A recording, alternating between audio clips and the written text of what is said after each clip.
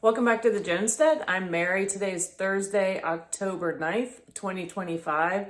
And if you remember, just last month, it was mid-September, I believe, auto lender Tricolor filed for Chapter 7, and its assets and liabilities are estimated to be in the range of $1 billion to $10 billion.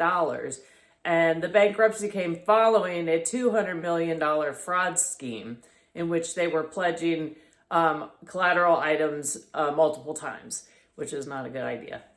And then just about a week or so after that happened, the next mega bankruptcy was First Brands, which is a huge auto supplier. And it had $5.8 billion in outstanding leveraged loan debt. And yet it appears the company had far more liabilities than reported between the 10 to 50 billion, reported to be between 10 and 50 billion dollars. And we really haven't heard a whole lot about this story because there, as we all know, we're inundated. There's so much going on right now. And as I talked about in the video I did on this, on these collapses, they have huge cascading effects. And the most prominent financial institutions losing big from Tricolor which was a subprime auto loan dealer, were JP Morgan Chase, Barclays, and Fifth Third Bank. And this morning there was an article on Zero Hedge, and it was titled, "Creditors of Bankrupt First Brands Say Billions Simply Vanished Amid Debt Rehypothecation Nightmare." And I will put a link to this story in the comments below this video. Now, if you're hearing strange sounds, it's Bo, because he's laying on the floor right here. So if you hear snorting or snoring or breathing, it would be Bo. Anyway, back to this very important story. I was not familiar with the term rehypothecation meant. So I took some time to look it up, and maybe I'm the only one that wasn't familiar with it, but I looked it up and I figured I'd share what I learned with you all. And hypothecation is the initial process where the client pledges collateral to the broker to secure a loan. The client retains ownership of the assets, but grants the broker the right to seize and sell the assets if the client defaults. Now, rehypothecation, which is sketchy, is a practice, and in fact, this article refers to it as something you would see in a banana republic, is a practice in the financial industry where a broker or financial institution reuses the collateral that has been pledged by a client or borrower to secure a loan or margin account. And with this comes systematic risk.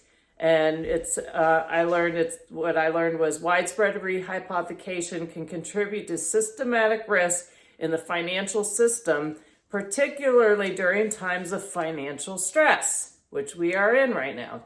If many financial institutions are engaged in rehypothecation and one defaults, it can lead to a cascading effect where multiple parties cannot recover collateral.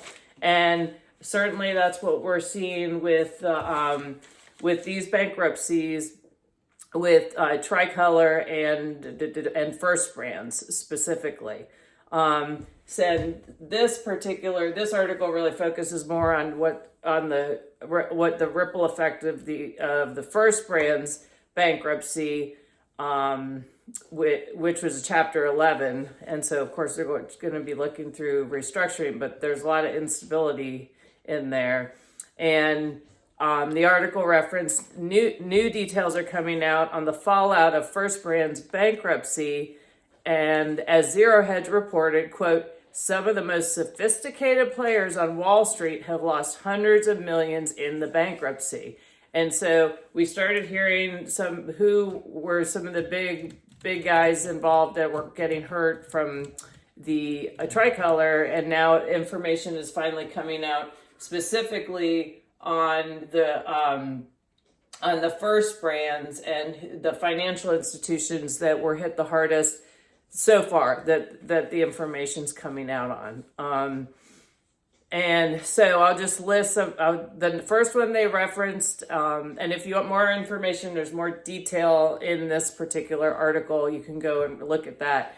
The first they listed was UBS O'Connor. This hedge fund has 30% of its portfolio in First Brands with $500 million of exposure. And the second is Millennium Management, one of the world's largest multi-strat hedge funds with $100 million loss exposure. The third is Onset Financial. And so again, when you're hearing these, think of the ripple effects of what happens when they take these types of losses. The people who had their investments in them are losing out. Onset Financial, which is Utah-based, their equipment lease and finance industry, they're big. $1.9 billion exposure. And let's see, number 4, CLOs, which is collateralized loan obligations. Those are private, so I didn't see specific information as far as exposure with them. Then they were also, First Brands was involved with private credit funds. And so they were really just spreading themselves out as thin as they could, as much money as they could seemingly get their hands on. So there, with private credit funds, there was $2.3 billion in factored customer invoices, and then $682 million in supply chain financing. And then the number 6 was Jefferies, which is considered one of the hardest charging banks on Wall Street, and they took the biggest hit. And the biggest hit for them is really their reputation, so, certainly financial, but their reputation in the long run. And it said Bloomberg reported that for Jefferies, which was First Brands banker for more than a decade, the speculation around its role in the sudden demise of First Brand has been too loud to ignore, and the bank has come under scrutiny. And it says Jefferies enabled extensive First Brands borrowing as recently as July. Jefferies was pitching its investors on a $6 billion refinancing deal for First Brands. And the only reason that was put on a pause is because investors started having more and more questions and were very concerned about the stability of First Brands. So had they not raised an eyebrow, whoever was in charge of this particular deal at Jefferies would have plowed right ahead. And maybe First Brands was thinking, well, if we can get our hands on this money for a refinance, it'll stabilize everything. But there's nothing stable as a foundation. So those people would have been out that money. And that's why specifically Jefferies is going to take a big hit just from their reputation and going forward. And already I think BlackRock has pulled back some of its investments with them. And the article ends with this, and I quote, "It is indeed and unfortunately, this is just the start, and once the public euphoria with the AI bubble, which is soaking up all the attention like the world's biggest mushroom, once it fades, watch out below as second, third, fourth, fifth, and so on instance of First Brand show how hollow the market is." And really, I think why I thought it was so important to talk about this today after seeing this article this morning is because it really shows that we have a lot of businesses out there that they're showing that they're saying they have far more stability financially than they do. And then there are financial institutions that are willing to continue loaning them money. And also when you have these businesses are providing a dishonest representation of the company's stability, and on top of that, then they're also then using some of their assets, and they're using as collateral to multiple different institutions. So when they go belly up, these institutions that they thought, okay, well we have this collateral that we can get some of our return back on. Well, there are 3 other institutions that thought they had that collateral also.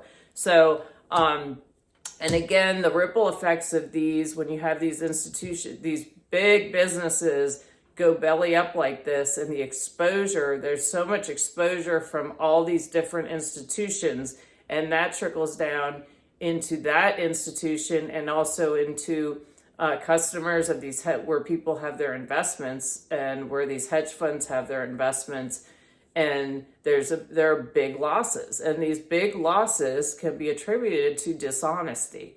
And so that's why it's very important to make sure that when you're dealing with businesses, that hopefully what they're saying is on the up and up, but you always have to be very cautious.